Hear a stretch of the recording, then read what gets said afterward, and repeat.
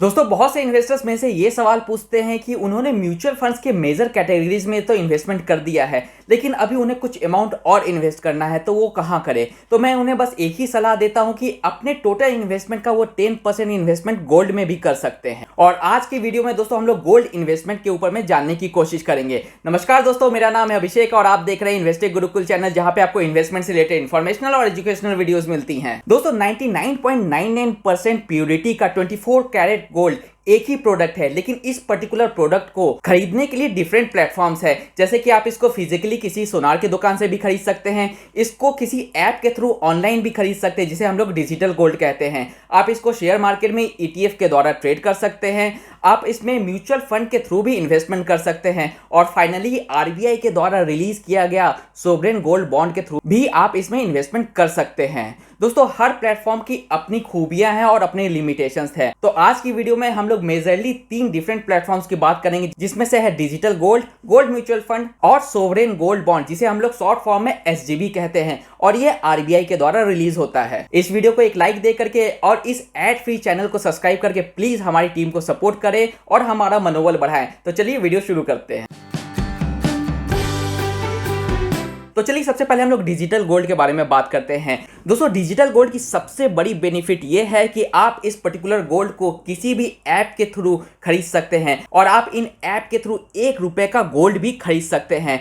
और जब भी आपको अपने गोल्ड की डिलीवरी चाहिए तो आप अपने गोल्ड को अपने एड्रेस पे भी डिलीवर करवा सकते हैं, लेकिन इसमें जो लिमिटेशंस है मैं वो आगे बात करूंगा। डिजिटल गोल्ड खरीदने का सबसे बड़ा बेनिफिट ये है कि इसमें लिक्विडिटी काफ़ी ज़्यादा होती है। आप आज गोल्ड खरीदिए और जब मन करे आप इस गोल्ड को बेच दीजिए। और अगर आपको ये डर सता रहा है कि अगर आपका ऐप बंद हो जाए तो क्या होगा, तो दोस्तों इसमें भी घबराने की बात नहीं है। जो भी ऐप आपका डिजिटल गोल्ड आपके बिहाफ पे खरीदता है वो ऐप 3 मेजर कंपनी से ही आपका गोल्ड खरीदता है, जैसे कि MMTC, सेफ गोल्ड या ऑगमोंट। इसलिए अगर वो ऐप बंद भी हो जाए तो टेंशन की बात नहीं, आपका गोल्ड इन कंपनीज के पास में सेफ है। तो चलिए अब इसके लिमिटेशंस के ऊपर में बात करते हैं। इसकी सबसे बड़ी लिमिटेशन या इसकी सबसे बड़ी बुराई ये है कि जब भी आप डिजिटल गोल्ड खरीदते हैं तो उसके ऊपर में आपको 3% का GST देना पड़ता है। दूसरी लिमिटेशन ये है कि जब भी आप इसको डिलीवरी लेना चाहते हैं तो आपको एक मिनिमम क्वांटिटी ऑफ गोल्ड खरीदना पड़ता है, तभी आपको वो पर्टिकुलर गोल्ड फिजिकली डिलीवर किया जा सकता है। और डिलीवरी के दौरान आपको मेकिंग चार्जेस और डिलीवरी चार्जेस भी देने पड़ सकते हैं। जब भी आप डिजिटल गोल्ड को मार्केट में सेल करते हैं तो उसके ऊपर में कमाए गए मुनाफे पे आपको टैक्स लगता है। अगर 3 साल से पहले आप गोल्ड को बेचते हैं तो आपको short term capital gain tax लगता है, और 3 साल के बाद बेचते हैं तो आपको long term capital gain tax लगता है।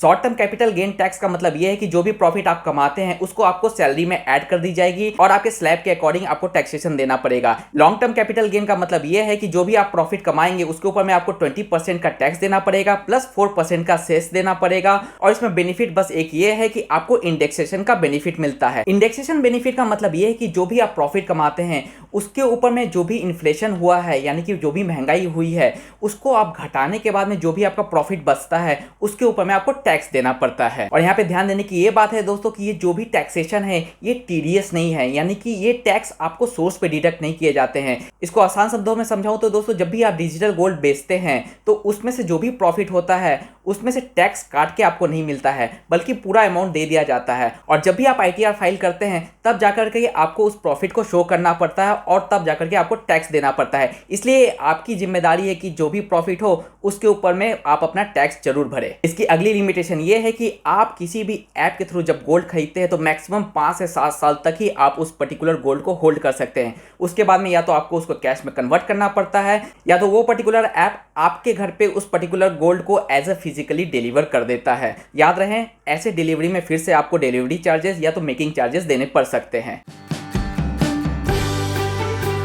गोल्ड म्यूचुअल फंड का सबसे बड़ा बेनिफिट ये है कि जैसा कि हम लोग को डिजिटल गोल्ड में 3% का GST देना पड़ता है, आपको गोल्ड म्यूचुअल फंड में ऐसा कोई GST नहीं देना पड़ता है। गोल्ड म्यूचुअल फंड के थ्रू आप गोल्ड में SIP के थ्रू भी इन्वेस्ट कर सकते हैं, यानी कि हर महीने एक पर्टिकुलर इंस्टॉलमेंट में आप अपना गोल्ड इन्वेस्ट कर सकते हैं, जो कि इसका बहुत मेजर एडवांटेज है। इसका दूसरा बेनिफिट ये है डिजिटल गोल्ड के बनिस्पत कि आप इस पर्टिकुलर इन्वेस्टमेंट को चाहे जितना मन हो उतने दिन तक रख सकते हैं। और इसका चौथा सबसे बड़ा बेनिफिट ये है कि ये भी काफी ज्यादा हाईली लिक्विड है। आप जब मन करे अपने म्यूचुअल फंड्स को मार्केट में बेच सकते हैं। चलिए अब इसके लिमिटेशंस को देखते हैं। इसका सबसे पहला लिमिटेशन ये है कि इसके ऊपर में आपको एक्सपेंस रेशियो देना पड़ता है, जो कि अप्रॉक्स 1% तक का हो सकता है। लेकिन बहुत सारे म्यूचुअल फंड्स मार्केट में ऐसे हैं जिसका कि 0.5% से नीचे का एक्सपेंस रेशियो है। इस पर्टिकुलर गोल्ड म्यूचुअल फंड में भी कमाए गए प्रॉफिट के ऊपर में आपको 2 तरीके का टैक्स देना पड़ता है। 3 साल से पहले अगर आप रिडीम करते हैं अपने गोल्ड म्यूचुअल फंड को तो STGC देना पड़ता है।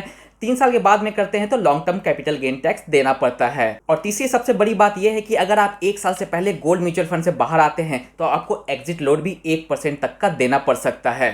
दोस्तों अभी तक हमने ये देखा कि जो भी गोल्ड हम लोग बाई करते हैं उसके ऊपर में हमें कुछ ना कुछ चार्जेस देने पड़ते हैं, चाहे वो डिजिटल गोल्ड में दिया गया GST हो या तो हमारे प्रॉफिट के ऊपर में दिया गया टैक्स हो। तो इस दोनों चीज़ को हमें हमेशा देना पड़ता है। लेकिन अगर मैं आपको एक ऐसी स्कीम का नाम बताऊं जिसमें आपको टैक्स भी नहीं देना पड़ेगा, आपको GST भी नहीं देना पड़ेगा, लेकिन हाँ एक प्रॉफिट उसमें और है, आपको सालाना 2.5% का सिंपल इंटरेस्ट मिलता रहेगा। जी हाँ दोस्तों, मैं बात कर रहा हूँ सोवरेन गोल्ड बॉन्ड का, जो कि RBI इशू करती है और इसे हम लोग शॉर्ट फॉर्म में SGB कहते हैं। तो चलिए अब हम लोग SGB के बारे में जानने की कोशिश करते हैं। सोवरेन गोल्ड बॉन्ड के सब्सक्रिप्शन को RBI गवर्नमेंट ऑफ इंडिया के बिहाफ पे इशू करती है। इस पर्टिकुलर सब्सक्रिप्शन को भी IPO के जैसे ही मार्केट में लाया जाता है, यानी कि एक पर्टिकुलर डेट के बीच में इस पर्टिकुलर सब्सक्रिप्शन को ओपन किया जाता है। उस पर्टिकुलर डेट के बीच में आप सोवरेन गोल्ड बॉन्ड के लिए अप्लाई कर सकते हैं। आप SGB के सब्सक्रिप्शन को किसी भी RBI के लिस्टेड बैंक के थ्रू अप्लाई कर सकते हैं, पोस्ट ऑफिस के थ्रू अप्लाई कर सकते हैं, कोई भी स्टॉक एक्सचेंजेस के थ्रू अप्लाई कर सकते हैं, या तो आप अपने डीमेट अकाउंट से भी इसको अप्लाई कर सकते हैं। अगर आप SGB के लिए किसी भी बैंक या पोस्ट ऑफिस के थ्रू अप्लाई कर रहे हैं तो फॉर्म फिल करते समय अगर आप अपना DP ID उसमें फिल कर देंगे तो ये पर्टिकुलर बॉन्ड आपके डीमेट अकाउंट में भी लिंक कर दिया जाएगा और आपके डीमेट अकाउंट में ये बॉन्ड इशू होने के बाद में शो करेगा, जिससे कि आप इसको मार्केट में ट्रेड भी कर सकते हैं। अगर आप फॉर्म फिल करते समय DP ID देना भूल गए हैं तो घबराने की बात नहीं है। जब भी आपको बॉन्ड इशू हो जाएगा तो उसके बाद में आप उस पर्टिकुलर बैंक या पोस्ट ऑफिस में जाकर के डीमैटेरियलाइजेशन फॉर्म फिल करके इस अकाउंट को अपने डीमेट अकाउंट में भी ट्रांसफर करवा सकते हैं। लेकिन अगर आपके पास में डीमेट अकाउंट नहीं है तो भी घबराने की बात नहीं है दोस्तों। जब भी ये बॉन्ड आपको इशू किया जाएगा तो उसके साथ में एक सर्टिफिकेट ऑफ होल्डिंग भी आपको इशू किया जाएगा और ये सर्टिफिकेट ऑफ होल्डिंग आप जिस बैंक से भी अप्लाई कर रहे हैं या जिस पोस्ट ऑफिस से भी अप्लाई कर रहे हैं उस पर्टिकुलर पोस्ट ऑफिस या बैंक से जाकर कलेक्ट कर सकते हैं। अगर आप इस सर्टिफिकेट ऑफ होल्डिंग को फिजिकली कलेक्ट नहीं कर सकते तो भी दिक्कत की बात नहीं है। उस पर्टिकुलर फॉर्म में दिए गए ईमेल एड्रेस पे आप अपना ई सर्टिफिकेट भी RBI से मंगवा सकते हैं। सारे गोल्ड बॉन्ड जब भी इशू हो जाते हैं उसके इशू होने के 10 से 15 दिन के बाद में वो स्टॉक एक्सचेंज पे भी लिस्ट कर दिए जाते हैं ताकि आप उसको स्टॉक एक्सचेंज पे भी ट्रेड कर सके।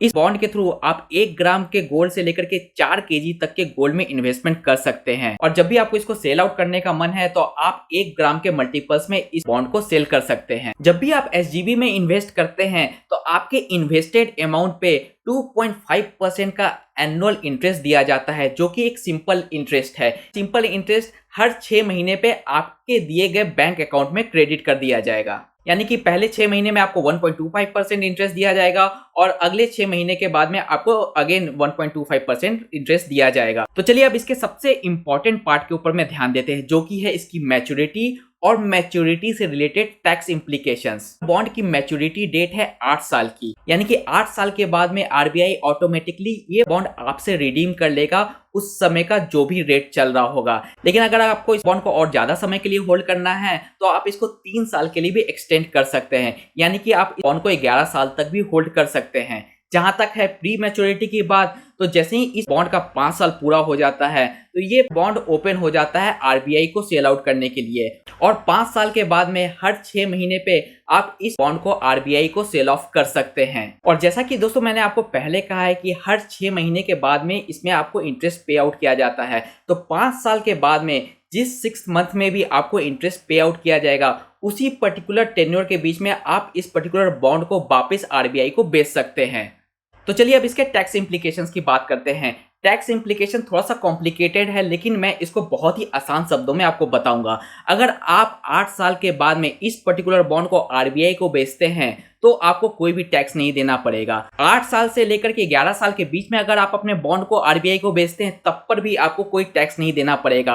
और 5 साल के बाद में हर 6 महीने के बाद में जो भी विंडो ओपन होता है सेल होने के लिए, उस समय भी अगर आप इसको आरबीआई को बेचेंगे तो भी आपके प्रॉफिट के ऊपर में कोई भी टैक्स आपको नहीं देना पड़ेगा। यहाँ पर एक बात ध्यान देने की ये है दोस्तों कि मैं हमेशा आरबीआई का नाम ले रहा हूँ, वो इसलिए क्योंकि आप इस पर्टिकुलर बॉन्ड को चाहे जहां से खरीदे कोई फर्क नहीं पड़ता है। चाहे आप इसे सेकेंडरी मार्केट से खरीदें यानी कि आप अपने डीमैट अकाउंट से खरीदें, चाहे तो आप इसको इशू के समय खरीदें, उससे कोई फर्क नहीं पड़ता है। लेकिन अगर आप इस पर्टिकुलर बॉन्ड को आरबीआई को बेचेंगे तो आपको कोई भी टैक्स नहीं देना पड़ेगा अपने प्रॉफिट के ऊपर में। और दूसरी तरफ दोस्तों, अगर इस पर्टिकुलर बॉन्ड को आप सेकेंडरी मार्केट में बेचते हैं, चाहे वो 3 साल पे बेचे, 5 साल पे बेचे, 8 साल पे बेचे, तो आपको इस बॉन्ड से कमाए गए प्रॉफिट के ऊपर में टैक्स देना पड़ेगा। यानी कि इस बॉन्ड को अगर आप 3 साल से पहले सेकेंडरी मार्केट में बेच देंगे तो आपको short term capital gain tax देना पड़ेगा। आपको 3 साल के बाद में मार्केट में बेचे तो प्रॉफिट के ऊपर में आपको long term capital gain tax देना पड़ेगा। जैसा कि मैंने आपको बताया कि एसजीबी जब भी इशू होता है तो या तो आप उस समय एसजीबी में इन्वेस्ट करके आप उस पर्टिकुलर बॉन्ड को खरीद सकते हैं,